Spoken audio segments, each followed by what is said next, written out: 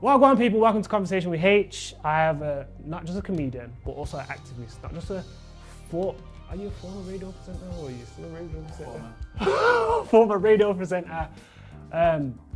Born in Jamaica, raised in Jamaica, now resides in Birmingham, United Kingdom. The superb, the amazing, the talented, from start to finish. If you ain't gone on his Instagram feed, watch his 1.5 minute, 2 minute videos. Now they're getting a little bit longer because now he's talking about men are jealous and women are jealous and X, Y, and Z, so go check those ones out. But we're speaking to the amazing Sideman, David. Hello. Hello, people. Whiteley. How are you? How you doing? I'm good, man. I'm good. How are you? I'm good. So for those who don't know who you are, Yes. who's David? A comedian, presenter. Unfortunately, a sex symbol. I didn't ask for that, but it just comes with the territory. Yeah, comedian, presenter, host, actor. A lot of different things. A lot of different things come with being in the media industry, and you find yourself in places you wasn't expecting to be in. Because activist is definitely not something that I title myself at any point, even now. I just speak on things that I care about, and people seem to show an interest in listening, and yeah. Okay. So when and why did you become a Christian? When and why? Why? That's a difficult question to ask me in terms of like the when and why I became Christian, because I don't remember a time in my life that I was not. No, I'm just saying, like, I was baptized. You've been in church all your life? I was baptized when I was 6 years old, but I've been in church all my life. The whatever day I was born, the following Sunday I was in church. That's a fact. So I've been in church all my life. Yeah. The when and why of Christianity for me, of course, I don't want to say changes, but it updates itself over time. Yeah. Because of course, in my 6-year-old brain at the time, when I did get baptized, when I did decide that I'm going to be a Christian, I understood things to an extent. Got ya. But I'll be honest with you, when I was 6 years old, growing up in Jamaica, going to a Pentecostal apostolic church, I didn't even know other religions existed. So I accepted my religion 100%. Yeah. I believed in its statutes and its virtues, right? But obviously now coming to the UK, I've learned of other religions and still then held my faith. Got ya. So the deepness and the deep rootedness of my faith, well, I don't know. The deep rootedness of my faith and me being a Christian is deep. That's never gonna go away. Yeah. Like if I don't make it to heaven, I'll be not making it to heaven still thinking I was a Christian at the end. There's no version of life, because the Bible says that if an angel comes to you and preaches any other gospel to you, that you shouldn't believe it. Nobody can make me disbelieve in what I believe in. I don't care. Right now, if a science, I don't know, whiz kid came and said, listen, we have categorically proved that God does not exist, I'm believing in Jesus Christ till the day I die, and I'll never stop. And you can call me whatever you want about that. And I'm not an idiot Christian either. I don't follow blindly. I'm a Bible school attender. I know way more than you would assume. I don't follow my religion blindly. Yeah. You get what I'm saying? But that being said, even though I study, even though I've researched, even to research the things that people say against Christianity in order to be able to combat those things. Yeah. In all of that, whether I was to research and find something or not, my faith is different. A different level. Yeah. So, you said you got saved, baptized at 6, Yes. so you was in Jamaica at this point. Yes. What was it like growing up in Jamaica? Like, being in Jamaica, being growing up in church all your life, what is that experience like? I had a great experience in Jamaica, and I never had a problem as it pertains to happiness in my life. I always knew that we were poor. But yeah, we was poor. Like, not even by Jamaican standards. Oh, really? Yeah, so we weren't even like compared to what you see in the UK? There is a time in my life when I've walked down the road for water. That's a fact. And carried it back. Spilling it underway and all sorts. That's a fact. I bathed outside because we don't have a bathroom. Okay. That's happened in my life. I've lived that. That's not no 30 That's years not ago. no, that's not no, oh yeah, my ancestors or thinking I've walked up the road with water. I've gotten to a tank, collected water and walked back. That's happened in my life. But yeah, so, but I was happy. We was happy. We caught a joke. We played games, and obviously you're used to something when you're in it, and it like that's it. even in the in terms of the violence in Jamaica and stuff like that. Like, cause Jamaica now, when I look back at it, it's so different, bro. Cause I left Jamaica when I was between 10 and 12. I always change the age. I can't remember. It's somewhere between 9 and 12, maybe like 8 and 13, maybe like 7 and 14. Okay, stop there. So when you came here, was you in secondary school? No, I was in primary school. So that means you were at 12. Yeah, you so were maybe I was 11. at 12. Yeah. Carry on. But I only did 1 year of primary school here. Okay. So year 6, I came in as year 6. But I remember, man, driving to school when I was in Jamaica. Oh. Students. What? No one can tell me that didn't happen. I remember watching fellow students drive to school. I remember, man, barely peeking up over the dashboard driving to school. That's a fact. What's your funniest memory of being in Jamaica? Funniest memory of being in Jamaica? Don't know.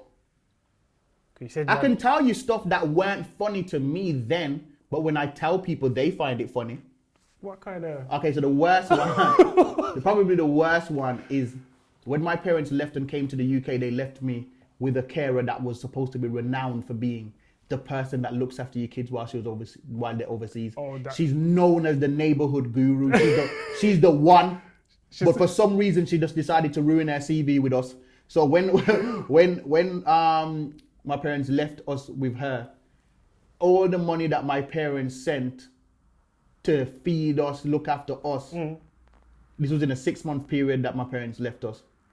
Because we couldn't all come up at the same time for financial reasons, come up here to the UK. She was taking the money and building her house. I'm sorry. So I remember... What? That's not even the point of the story. That's just to give you the background. So I went to school one day. Obviously, as I said, she's literally doing the bare minimum as it is pertains to taking care of us. So one day I go to school here and say she's doing the bare minimum. Yeah. So she sends us to school. And I remember the teacher says, and now that I think about it, it's just wild that she said this. The teacher said, okay, kids, we're going to do a collection for one of our students to buy cream for one of our students. It's anonymous, but we're not going to say who it is, but we're going to collect. Everybody just put a little bit of your lunch money in a pot, and we're just going to collect money to buy cream for a student. Sorry. Everybody turned around and looked at me because I was ashy. So everybody already knew who it was. And there was a girl in class that I loved off called Sue, bro. Sue and Angus, bro. I remember her whole govers. And I sat there. All I could think about, it wasn't even the embarrassment of the class. I was like, bro, you're going to talk about me like that in front of Sue, bro. Like, I'm out here on a mission. You didn't even care about the class, I'm out here on a mission, bro. You're going to block the flow like that. Yeah, man. That's just one funny example that obviously wasn't funny to me at the time. But when you look back at it, it's funny. But yeah, man. Why? You know the funniest thing is in Jamaica, you have to grow up so fast. Really? In terms of many things. So I got a lot of Jamaica stories, even though I left there when I was so young. But you say so young, but a lot of people, when they come over to the UK, they're normally like 2, 3, 4. So they don't really remember. Yeah, no, I remember a lot of things. I remember a lot of things, bro. But yeah. So what was your mindset coming to the UK? Like, would you just like, oh, this is like how some Jamaicans see, I was the land of the... Yeah, I was excited to come to the UK because I felt like what I wanted to achieve in life wasn't going to work for me in Jamaica. I didn't feel like the resources were available to me to achieve what I wanted to. I knew that I always wanted to be something within the media industry. At first, I wanted to be a journalist. Okay. Yeah, it was always my plan to be a journalist at first. But yeah, I just felt like I wouldn't have been able to achieve those things in Jamaica. And another reason why a lot of people in Jamaica used to say to my parents, he can't live here because like I'm very honest to a fault. But in Jamaica, you can die for that. Yeah. So like, it's not even a joke, but like, yeah. So, but I was honest past. Because that's what I'm saying. Like, a lot of people don't really know they don't really know me because I'd be undying for some of the stuff that I say. If I feel strongly enough about something, like I'll like people. Obviously, I haven't been put in those life. I have. But people haven't seen me in life situations where I have to activate certain parts of my persona in terms of standing on what I believe or how I feel about something. You get what I'm saying? That's not to say I'm a bad man. It's not that.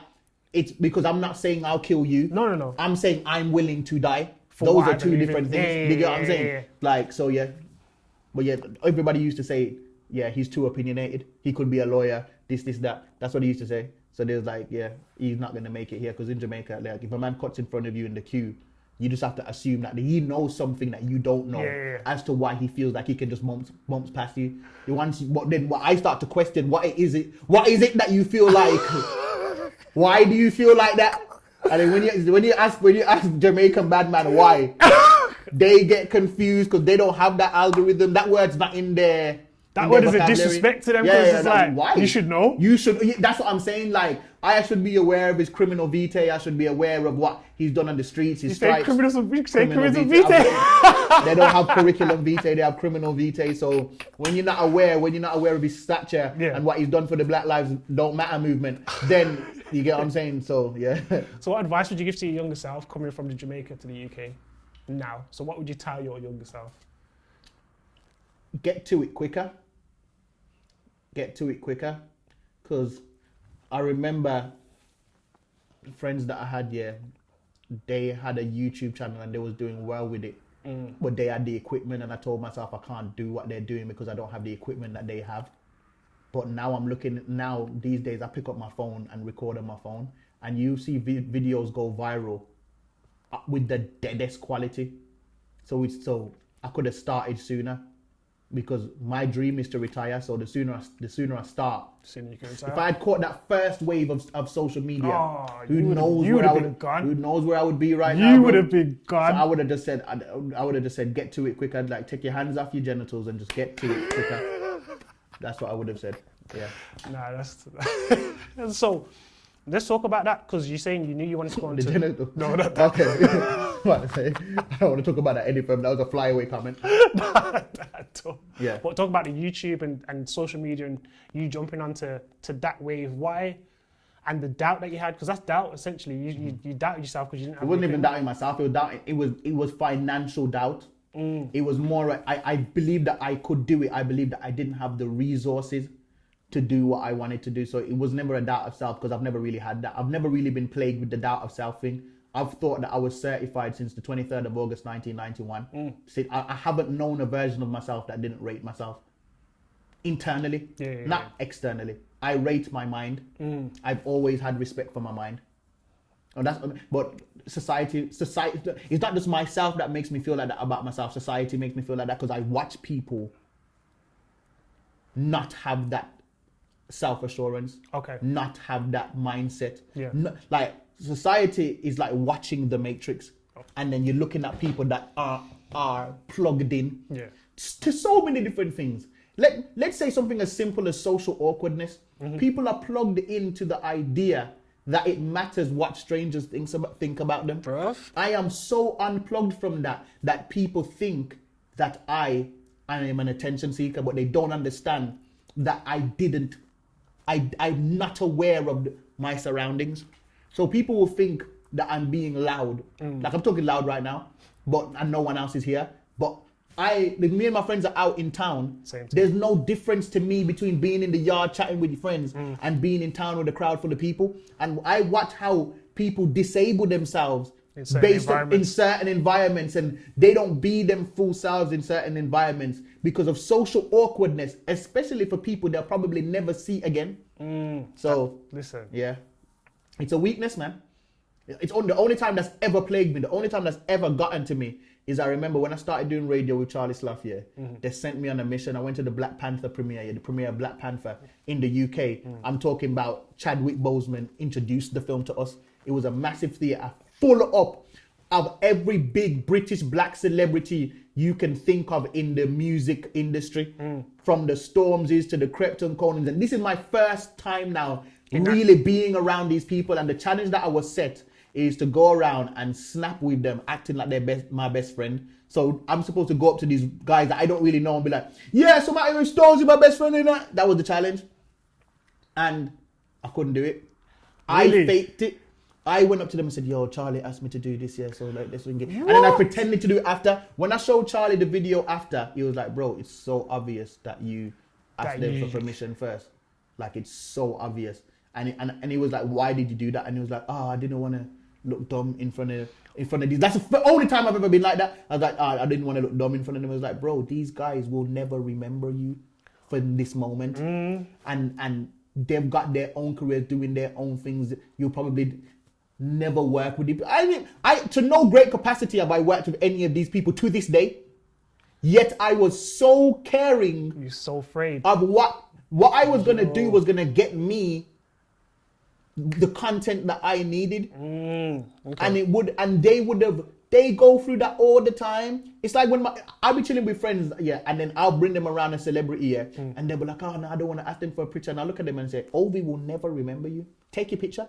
Like you don't want to look dumb in front of Ovi, but he'll never remember that this even happened. Yeah. He'll never remember it. You're one of a million people. Get over it and take your picture. This is what. So it's like, yeah, I've come to, yeah. Now even having to cross that border, nah. No social awkwardness now. So, with where you're at now, because you started off doing comedy, yes. And I remember in Birmingham and seeing you doing your comedy nights because you was doing the Tuesday thing. Yeah. How did that come about? And how was your family like in terms of like, oh, you're doing comedy? Was they supportive? Like, how did that? I wouldn't say they were supportive. They were concerned. About what though? My faith. Really? That's the main concern. The main concern with me being in the media industry for my family is my faith. What about Christianity and my spirituality? What about it? That you'll lose it? That it will erode or has eroded or goes up or down whichever state it may be in. Because I will never sit here and tell somebody that being in the media industry will not somehow affect your spirituality, especially if you're in the mix of the things and people that I'm in the mix of. Never gonna sit here and tell you that. And luckily for me, I believe that I have come out of the other end of that to a point now far less scathed than a weaker Christian would be. Because there's a lot you could go out there and do, and there's a lot you could go out there and just say, you know what, bun it. Like walk away completely or just dilute to such a degree. And that's always been my parents' concern. And most of the times when I talk to them about my career, I'll be like, yeah, I got this. And they'll be like, yeah, but how's your faith? How's your spirituality? Keep you grounded. Yeah, so that's always kept me grounded. So I wouldn't say they were supportive, but what they were was more beneficial than support to me.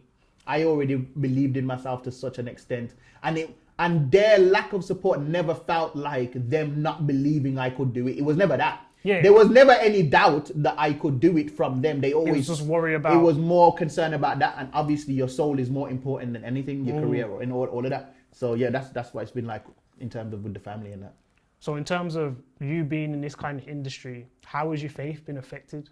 In all the ways that it would be naturally affected in regular life, it's just more amplified. So let's say women are a temptation, they're going to be more of a temptation when they send you random nudes now. Do you get what I'm saying? So like, if you're gonna ask me, if that's the thing about me, if you ask me a question, I'm gonna give the real answer because we ain't never gonna grow if we don't have real conversations. And what the church community does is that we have faith swag and holiness swag, and so we get cool points from coming off who's the holiest. You get what I'm saying? But then we don't heal that way. Then we just stay hidden and we don't grow. But it's like what you say in a lot, not a lot, but a few videos. You can't hear what you don't reveal. You can't hear what you don't reveal. That's not my quote, by the way. I quoted somebody that I know, said but that. I say it a lot. But you can't hear what you don't reveal. And if you're not honest with yourself, and yeah, I've been tempted in all the ways that you would imagine you would be tempted in the media industry.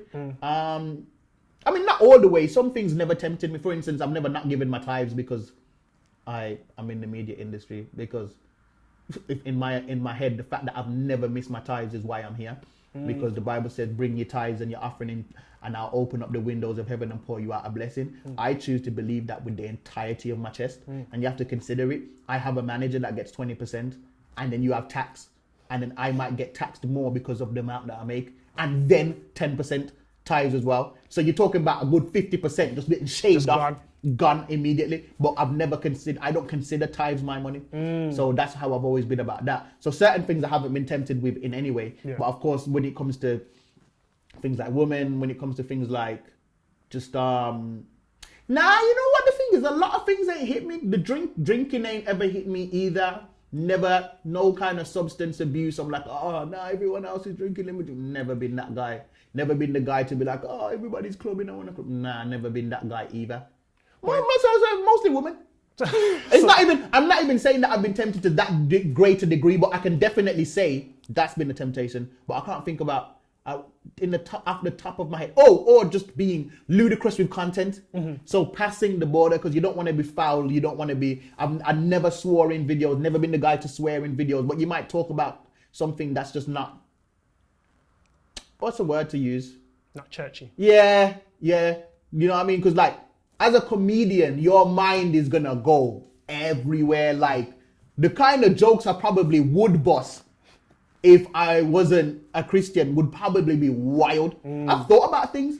I've thought about the things I'd probably do. Maybe I'd be a swearer. Like, for me, I never swear. Okay. I'm not a swearer now, but maybe I'd be a swearer if I wasn't a Christian. But yeah, so things like that. So what advice would you give to someone who's trying to overcome that kind of thing? So people, because you got to remember, there's a lot of people trying to get into the media industry, trying to get to where you're at. Yeah. Because you're at a very, very, very, very, very great level at this point. Yeah. You want to get further, but you're at a very good level. What advice would you give to those people who want to keep the faith, but want to advance in the media industry at the same time? I mean, I've come to learn that you actually don't need to be ludicrous to be successful. Like, a lot of things that I thought I needed to do to get ahead, didn't need to do.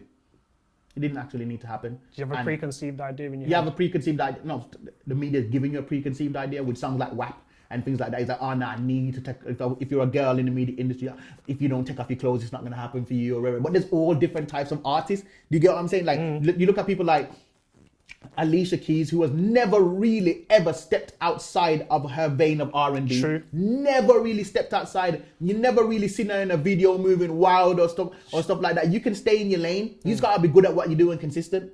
So I would give them that advice. Stay authentic to yourself, because at the end of the day, none of this stuff is gonna, like, how many celebrities do you need to see kill themselves? How many people do you need to see that are successful, that are telling you that they're depressed, to understand that money isn't everything? So if you lose yourself along the way, and when you're faced with who you used to be and who you are now, you get to where you get to, but you can't really look at yourself in the mirror and you can't be honest with yourself that you're not really happy with who you had to become, it's not worth it. I hear that. So obviously now you've advanced in the media industry, but then as we were talking earlier, you're a minister in your church. Yeah. How do you find the time balance in terms of that? Or is it just like... Well, when I've had to be in London, I've been inactive in terms of... I've been as active as I can be, because I was still coming down to Birmingham every Sunday. So, yeah. While you was living in London? While I was living in London, I come down to Birmingham. For church? For church, yeah. But that doesn't seem like a major thing to me, because in my head, if God has blessed me with this career, I can take an hour and 20 train. Yeah. I can take an hour and 20 train there and back. I'll edit on the way there, on the way back. I'll write scripts. I'll send emails. That, to me, honestly, I don't even want no applause for that. That's really not a big deal for me. That's really not a big deal. Coming back down on the Sundays, but obviously, yeah, as I said, obviously, with being a minister and stuff like that, it's mostly going to be like in-service work. And let's see, like, ministering to people, speaking to people, obviously inviting people to church and things of that nature. So obviously, it's going to take a hit depending on how busy my career is. But yeah, I mean, it's been maintained in various different ways, and meetings that I can make, I try to make. So in terms of you being a minister, and obviously you were appointed by your church. Yeah. What we've noticed now is there's a lot of self-appointed ministers. Yeah. Some apostles, some of this and that.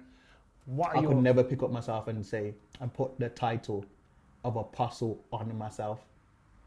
And it's a great reason of gripe for me what I believe is happening to the kingdom and happening to the church, in that people are forgetting why we're here. We are on a raft in the sea, That's how I see traversing Earth. Yeah. We are on a tiny raft. We're on like what was people in Titanic called? Jack and whatever, was it Jack? Whatever yeah, Jack and Jack. Yeah, like we're on that, trying to hang on and trying to make sure we make it to where we're going. Man are trying to set up shop and get titles, and like you're talking to somebody that understands clout. I'm in the media industry. I understand titles. I understand going after positions in the outside world, but in the kingdom, right? Yeah, I have to. The church has a culture of its own, but I believe that people are deviating from church culture. Not even people are deviating from the culture of the kingdom. Yeah. Into a more earthly culture, because the Bible says enough for you to not chase position, to not title yourself. Like for me, if you're an apostle, where do you come from?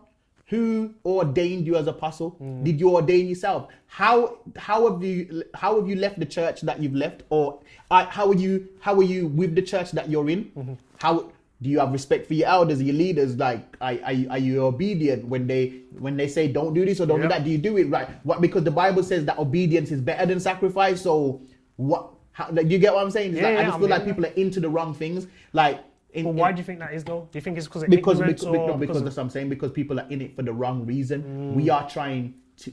It's salvation. I'm trying to be saved.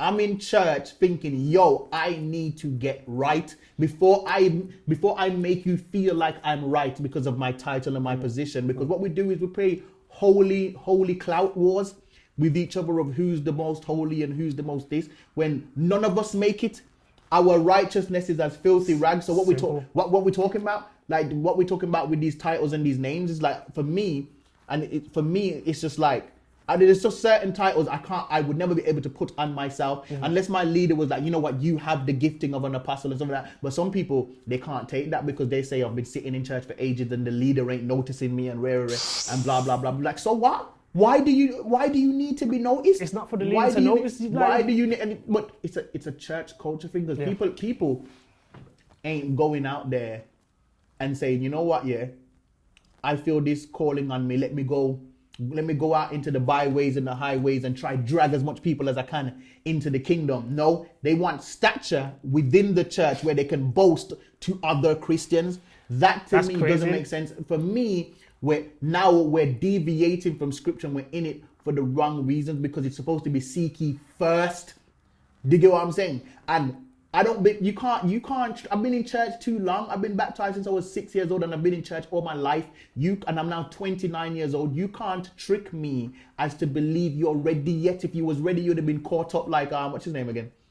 You'd have been not. Yeah. What's his name? I can't remember his name. Enoch. You'd have been not Enoch. You get what I'm saying? Anybody that's perfect would be not. You're still here. Therefore, there's work for you to do from pulpit to pew, from pastor to the regular church brother. Then, and that's the thing about it as well. I don't even like using the term regular church brother, because when you get a position, you are now a servant to the people. As I said, I'm a minister. I've never gotten a position in church and celebrated. Celebration is not my first mindset. It's like, yo, the weight of this position. Because now what you do, how you seem, how you look, affects the congregation. A lot of people don't think about that when they think about their positions, because they end up in church wars vying for positions with other leaders within the church, other people within the church. But how does it look to the members? Because our first job is to be an example to the members, so that they don't see us. Because sometimes what you see in church is just grown babies. It's true.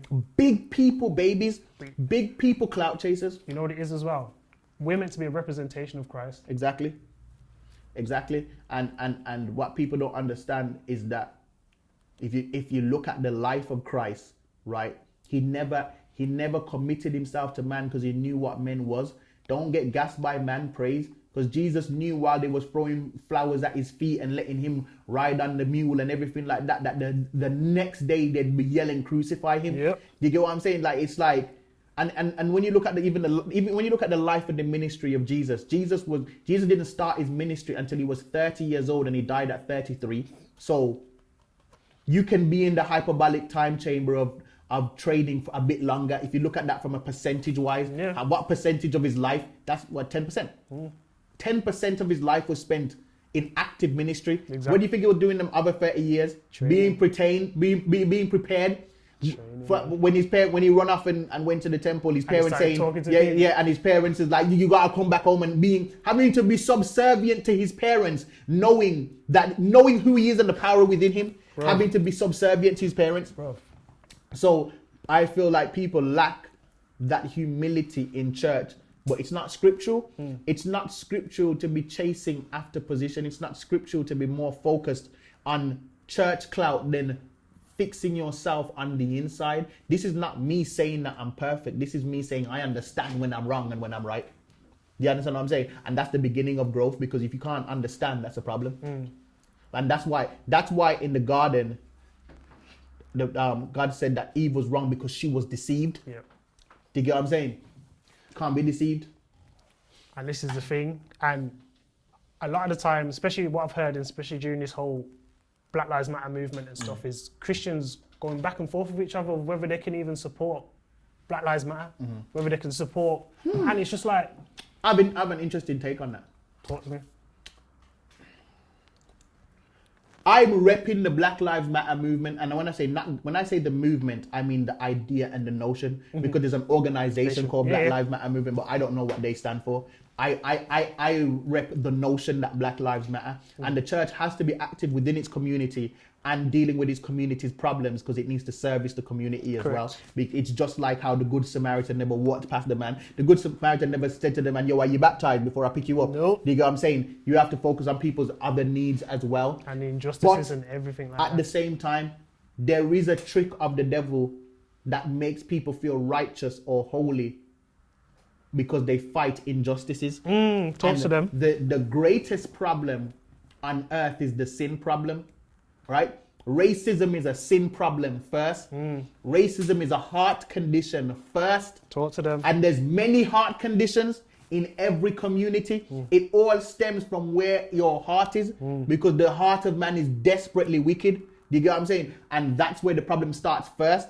If we as a church community get so distracted by Black Lives Matter that we forget that all souls matter, then we've missed the mark. And don't think that the devil won't use a good cause to distract you. Talk to them. Don't think that. Because I could sit here now and feel hella like, yeah, people are calling me king because I'm repping Black Lives Matter and I'm an activist and rare, blah, blah, blah, and feel all empowered and emboldened in that. But I forgot to take care of my soul. Yeah. Do you get what I'm saying? Yeah. And I believe that the devil uses what would be seen as righteous causes to distract you from the righteous cause.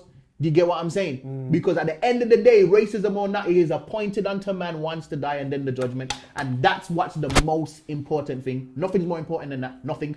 No rights, civil rights movement is more important than us taking care of our souls. Nothing. It's not even comparable.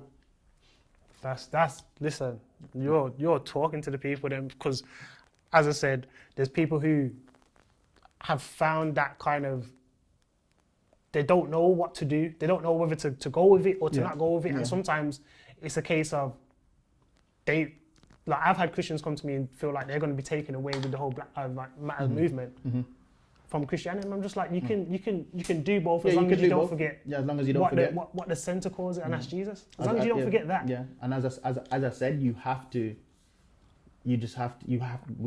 as the church have to be involved in what is paining the community. Do you understand what I'm saying? When when people are sick and we pray for them, we're not saying, yo, Lord, fix their spirit, fix their body as well. So when we're dealing with we don't just go to church and pray for spiritual strength. We pray for car, house, all kinds of things. So why can't we pray that black people are treated more fairly and be active in our community in trying to help make that happen? Of course we can, but never let Satan use that because don't be ignorant to his devices because he's clever. Because the devil's never been overt, he's uncovert. Yep. So he's always gonna come at you from an angle. You'd be like, what? How could the devil be using Black Lives Matter? That's a good thing. Yeah. Oh, but if you're so focused on Black Lives Matter that you forget your soul, then you've been distracted. So yeah. So what makes you so passionate about the whole Black Lives Matter movement and The reason why I say that is because during 2020, you had a video which was very poignant to a lot of people who felt like you were the voice of what they couldn't explain. Yeah. So what makes you so passionate about it? And did you expect that video to do what it did in terms of explaining other black people's feelings when they couldn't express it themselves? I definitely didn't think it was going to do that well. And I definitely didn't think it was that big a deal, in the sense that I just thought I was just saying things that are plain and clear and obvious to everybody, but people seem to think that I articulate it well. But as it pertains to why I care about Black Lives, I mean, I'm black, innit? So I'm black, and it's just injustice. And I think what annoyed me about the George Floyd video is that there's taken disrespect, but then somebody spitting in your face. And I thought, okay, police kill black people, but I didn't think a police officer could see a man recording him, like see it, and then stay on somebody's knee for that long.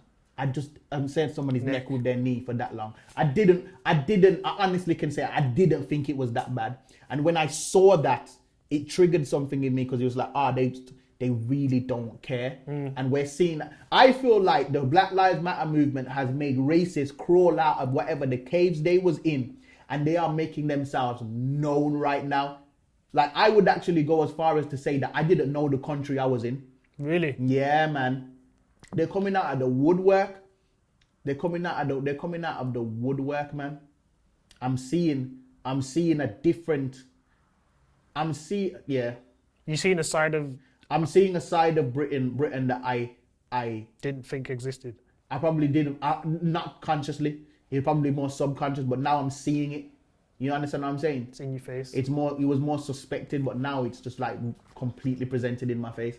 And it's shocking to see that it's so bad, because perception is just a wicked thing. And how things are perceived, like black people are perceived to be thieves. Yeah. And yet there are people who don't look like us that have robbed they've robbed humans. They didn't steal items. They've stolen people. They've stolen countries. Black people are seen as violent, but America is the only country in the world to fire a nuclear bomb on an other populated country. A nuclear bomb. It's crazy. Where people still get cancer in that area to this day in Nagasaki. That happened more decades ago. But we're seen as the most violent. Do you understand what I'm saying? It's crazy. And that perception of us being seen as the most violent is causing us to be killed. So that perception needs to be changed. The truth of history, the truth of what's happening needs to be revealed, because under their perceptions, we're dying. And that to me is wild. We can't be out here dying because somebody's perceiving things wrong. That's crazy.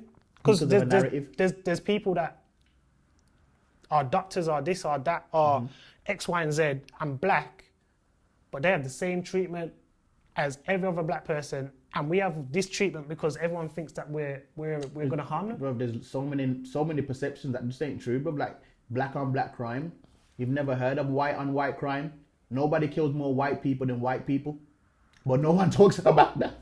But that's not a terminology. That's not a phrase. And this is what I'm trying to talk about. Our literal social narratives, social stereotypes on black people are getting us killed.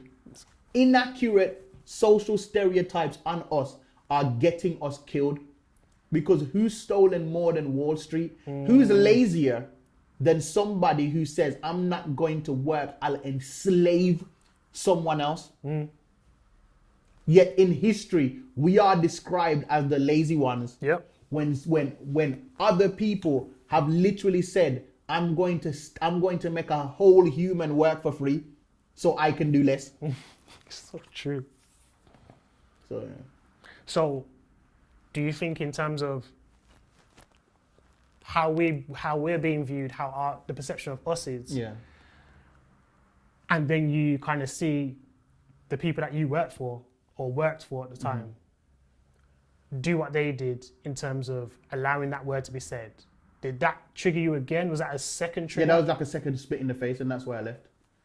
Nothing more to be said on that. It was a second spit in the face because you can't say the N word. You can't let a white person say the N word in this social climate at 10:30 a.m. in the morning, and then when 18,000 people complain, which is the second highest complaint ever in BBC history, look and then say, yeah, we stand by that. Our higher editorial staff said that's cool, and when you look at their higher editorial staff, it's bare white people. So that's a spit in the face. That's why I left. So in terms of your faith in God at that time, because that's a job you're quitting, and you're just like, yeah, I can't stand for that. Where was your faith at that time? Was it just like, I just have to do it, I have to get it done because it's triggered me again? Or was it like, oh, I'm a bit wary? Was there any kind of doubt? It's always going to be wariness. But at the end of the day, the BBC wasn't all I'm up to. Mm-hmm. And I'll never sit here and pretend like, say, I thought I'd be financially dire without them. Mm-hmm. I'm all right, been all right, and I'm all right. Mm-hmm. But at the same time, so I can't speak to whether I would make that decision in other financial circumstances. I'm just not in them to even know. But you knew you was going to be all right. I knew I was going to be all right. Yeah, definitely. I'm still walking away from the only stable job I have. Yeah, that's the only regular form of income that I have. Everything else is circumstantial. Like I could wake up tomorrow morning and no advertisers, no brand deals, no nothing. That was my guaranteed job, and I was piloting to do an even bigger job there. That would have meant way more money when I left, but I just did what I felt best. And the faith thing is different. Like my faith doesn't say to me I'm good if I get another job. My faith just says to me I'm good. Because Shadrach, Meshach, and Abednego says we believe that God will rescue us from the fire, but if He don't, still not gonna bow. So I'll go back to Londis, bro. If I feel strongly enough about something, I'll go back to Londis. Don't think it's impossible to see me go back behind the counter. Really? It's not. Yeah. If I feel strongly enough, then that's an option available to me. One of the reasons why I've gotten so far, in my personal opinion, in the media industry is because I don't put the level of care that other people put on it emotionally. Because some people put so much care on it emotionally, it means so much to them, it actually cripples them. They're not able to put out content because it means so much to them that it has to be perfect. Yeah. I think it's dangerous for your career to mean too much to you, because careers are going to have highs and lows, and you going high and low with the career. Now, I got to keep my emotions more stable than that. You know what I'm saying? My hope isn't built on nothing less than Jesus Christ, love and righteousness. Like, that's how I feel about it. Like, I feel like that's my base. People don't know my base. That's my base. That's my base that makes me feel comfortable. Because if it gets deep, I'll just fall into the arms of God, and whatever happens. So it's not impossible for me to go back behind the counter. I'm going to be annoyed, of course. Because you got so far. Yeah. I'm going to be annoyed, of course I am. I'm not going to sit here and say I'm not going to be annoyed. But if I feel strongly enough about something, that can happen. And I feel like that's what allows me to... I don't know if I'd be able to start if I didn't feel like that. You understand what I'm saying? But now there's too much pressure on it. There's too much pressure on it. And some people put I've watched people caring too much about their career cripple them, and they can't make a move left or right. So, yeah. When you leave this earth, how do you want to be remembered? Don't really care about how I'm remembered. Really? No. You just want to get to heaven? Yeah. You care about like. So I'm trying to tell you about. So I'm trying to tell you about the care of people and legacies and all of them kinds of stuff. Even though I'm not going to be one of the people, because I see some people mash up their legacy by doing too much because they don't know when to finish. They don't know when to stop. You get what I'm saying? They don't know when to bow out. If somebody was to land a certain amount of money in my hand right now, I'm out. I'm out of the media industry, and I will bow out, and I will go from somebody who rarely leaves his house without getting asked for pictures to somebody who people walk past on the street and they don't know who I am. Let me ask you a question then. Would you rather have the money to step away, or would you rather have the fame? The money to step away. I know this already, but I'm asking because there's a lot of people who'd rather have the fame. Yeah. But surely you'd want to not be famous and just be you'd want to have the money. People, I don't know how much more famous I would want to get, because I want to get more famous because I understand that it brings more money. That's the reason. So it all comes back to That's the reason, because Like, I'm all right now. I really can roam street on my one. I might get stopped a couple times, but I can. If you're Stormzy, you cannot. Yeah, security everywhere. You cannot. No, you can't, bro. It'll be locked. Imagine Stormzy walking through town. And I felt different moments where it's been like that. One Extra Live last year, yeah. Crep gets stabbed at the event. Yeah. The event lock off. I'm walking out with my brethren. We get separated. I took about 200 pictures because everybody's there now and I'm standing right there. And girls came up to me and said, I can see that you're tired, but I've got to get mine. What? Didn't. Multiple people said that to me. They could see, not only that, that probably is the first time in my entire life I've felt proper social anxiety because somebody just got stabbed. I'm standing here on my one. There's thousands of people walking out of there. I'm on my one. Yeah. I'm literally stood and there's people surrounding me, asking me for pictures. And I'm taking picture after picture after picture. And they're telling you, I know you're tired. Picture after picture after picture. And people are saying to me, I can see that you're done with this, but I need my picture. Like, imagine that. So that one experience for me, that Storms is every day if you roam street. So I don't know if I want that. The money would be great. But you're comfortable? I probably have to, I probably would choose that, but then you just wouldn't see me about, bro, because that's all long, bro. That's all long. That's all long to feel that level of social anxiety every day. That's crazy. Sometimes you raw want to leave your yard. Like the thing with Stormzy is I feel like if Stormzy even put a mask on, you'd be able to clock that it's him. Yeah, head shape, everything. Yeah, so but it's raw long, bro. It's raw long. Let me be clear. I don't mind taking pictures at all. Literally, if somebody stops me, I am going to give them the amount of time they want to ask any of my bridges. When the person's finished is when I'm finished. I'm not rushing nobody. Really, you're giving them the time. If you stop me, the time you want, however long you want this discourse to be, whatever you want to talk about, we're going to do it until you're finished. If somebody said they took the picture, the picture's bad, we can sit there and take 10, 20 pictures, however many you need. I see 10 bags over everybody's head. Because any bad interaction you have with somebody could be a taint to your career. Never underestimate that. And everybody's getting every amount of time. Plus, I feel like it's only fair. This is the price that you pay for being, and these people helped you to get to that point. But to do that on a Stormzy scale or an Anthony Joshua scale, leave your house as any one of them two, that would be a lot for anybody. They can't do it. They literally have to roll around with a squad that every 24/7 that tells you no pictures, and Anthony Joshua's walking with his head straight, acting like he can't hear you begging for the picture. I've been around man like that. I've seen man. I'm walking with a bigger celebrity than me, and we're walking and we got security all around us, and we're seeing the people in front of us ask for the pictures, but we're just keeping our head straight while security is like no pictures. I've seen that, bro. That's all long, bro. So, what's your plans now for the next 12 months? Because you've gone, obviously we talked about the BBC thing, that's now not there anymore. However, you're getting more engagement, you're getting more followers, you're getting more this, hopefully praying that you continue to have the amount of adverts that you have and you go on to create more stuff. But what's your plans for this next 12-month period? Property. Okay.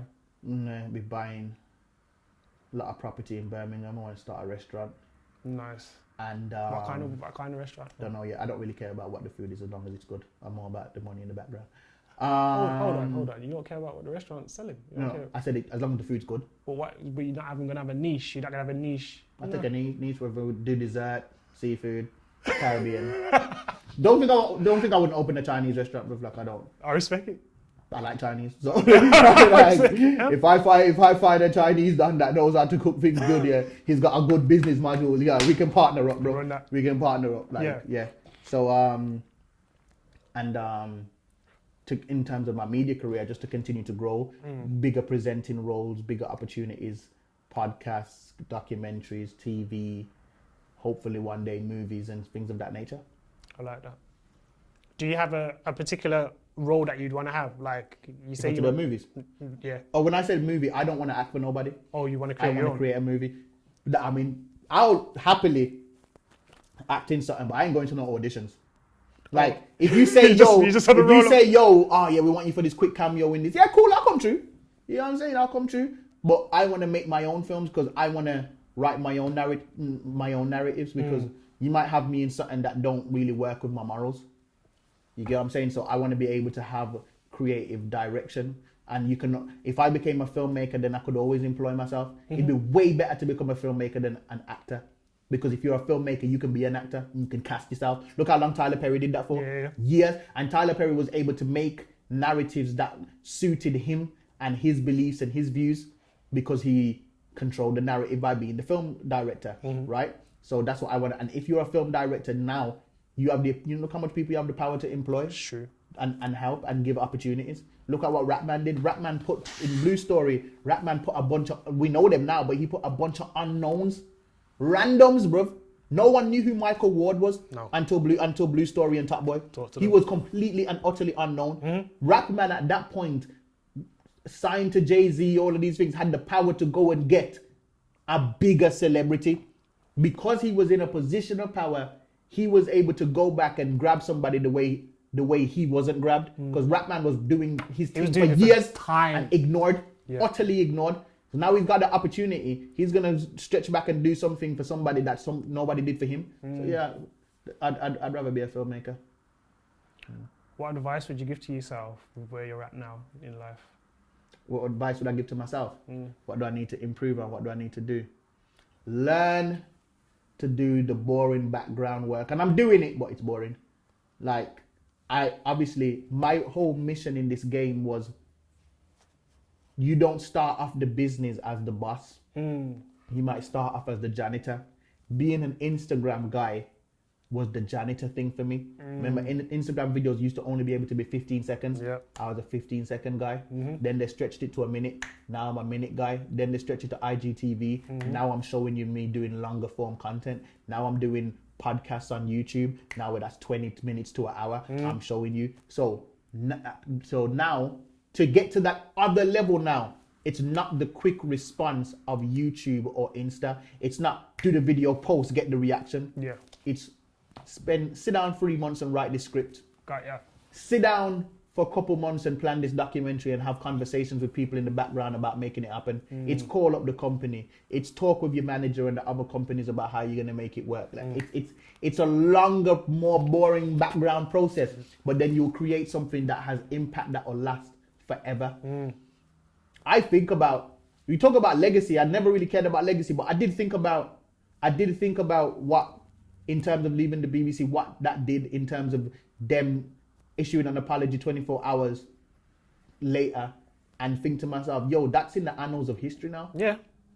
And I would like to do things that are more impactful, not to be remembered for them by, but because more impactful things have more impact. Now I have a greater voice to people because they feel more like my character matches my actions, matches my words, sorry. You get what I'm saying? Yeah. So now my audience, I have greater influence with my audience. So, and doing things of impact will bring that. You know what I mean? There's certain people where they were so impactful. Terrible example, but if you even look at R. Kelly, there's still people campaigning for R. Kelly to be free because he had that much of an impact. That's not what I want. But I'm not looking for the surviving Sideman documentary to come out. That's not what I mean. I'm saying that I would like to create an impact where I have an audience that sticks by me. Yeah. But not when I do something like that. Pull me up on that. Don't. If you ever see me in court for something as wild as R. Kelly, don't come outside there protesting for me. I'm where I should be. Sorry. But we're gonna pull you up before you get to that point. Yeah. Sideman, David, thank you very much. I really appreciate it. Thank you for having me, man. It's been great. This has been Conversation with Haych, with the amazing David, also known as Sideman. Thank you guys for tuning in.